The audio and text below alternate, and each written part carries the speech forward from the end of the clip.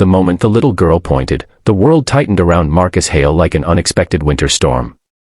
1 second he was walking down a quiet Chicago street, hand wrapped around his daughter's tiny fingers, thinking only about hot chocolate and getting home before the snow. The next second, his heart slammed against his ribs as she softly said the words that shattered the numb stability he had built over the past 4 years. "Daddy, that's the lady who cried your name." And there she was, Alyssa Grant, standing outside a cafe with frost in her hair and something fragile in her expression, looking as though she had stepped out of a memory he had tried so hard to bury. If you believe in kindness, forgiveness, and second chances, make sure to like, comment, share, and subscribe. Your support helps stories like this reach more hearts. Marcus hadn't seen Alyssa since the night everything fell apart, since the night his wife, Claire, passed unexpectedly, leaving him with a newborn daughter and a grief so heavy it nearly swallowed him. Alyssa had been Claire's closest friend, practically an aunt to baby Nora. She was there in every moment of those final months, holding Claire's hand during hospital visits, cooking meals Marcus had no appetite for, whispering prayers when hope felt like a fading candle.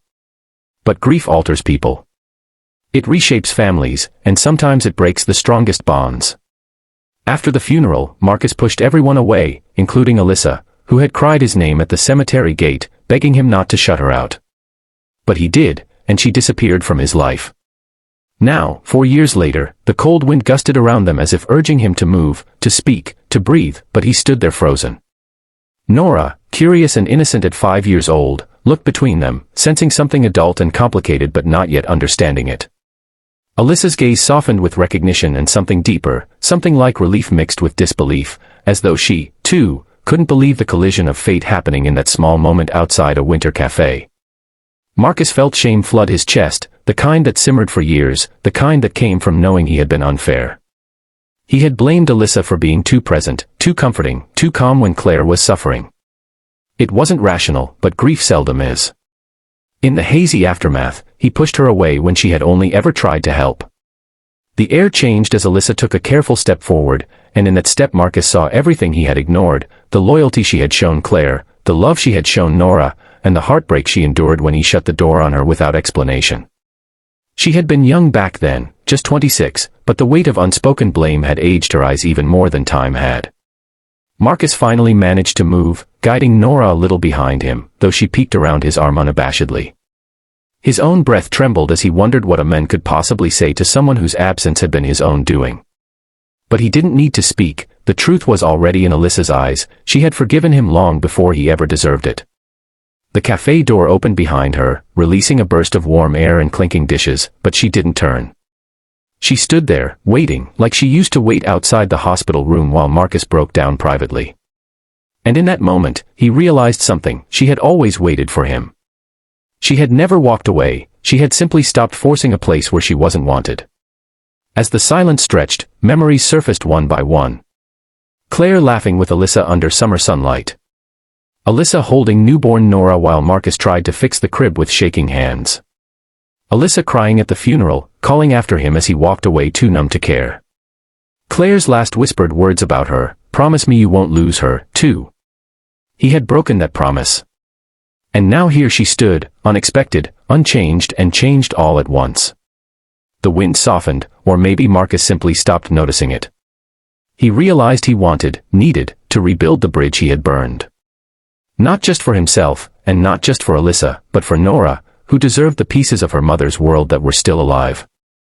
Alyssa had been a part of Claire's heart, and maybe she still carried pieces of that heart within her. Nora, unfiltered and honest, tugged Marcus's sleeve and whispered loudly enough for Alyssa to hear, "Daddy, why is she sad?" Marcus swallowed hard, emotions rising too quickly.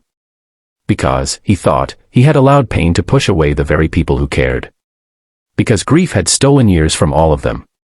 But then something shifted. Alyssa crouched down, meeting Nora's eyes with gentle warmth. She smiled, a trembling but genuine smile, and Marcus saw how naturally she eased into the moment, as though she had been made to love a child who wasn't hers. Nora smiled back, charmed instantly in the way children sense goodness without needing history explained. It was then Marcus felt the thaw. A warmth in his chest, unexpected but welcome. Life had a strange way of circling back, offering doors where walls once stood. And Marcus realized he didn't want to waste another second lingering in regret.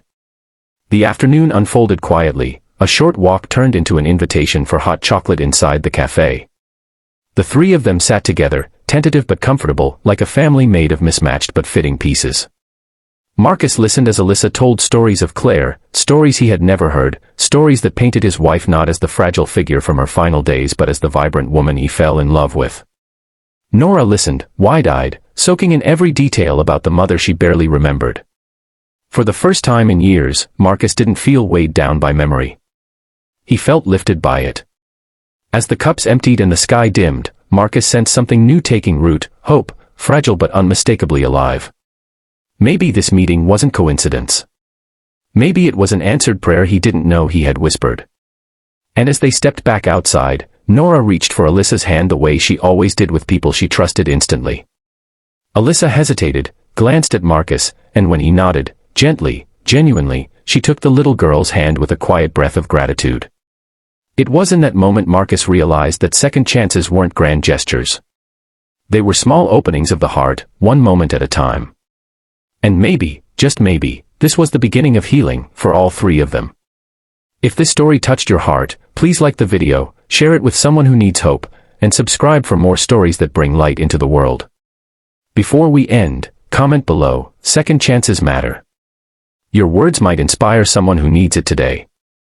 And as the winter evening settled around them, Marcus felt something he hadn't felt in a very long time, a quiet peace, the kind that comes when a long broken part of the heart finally begins to mend.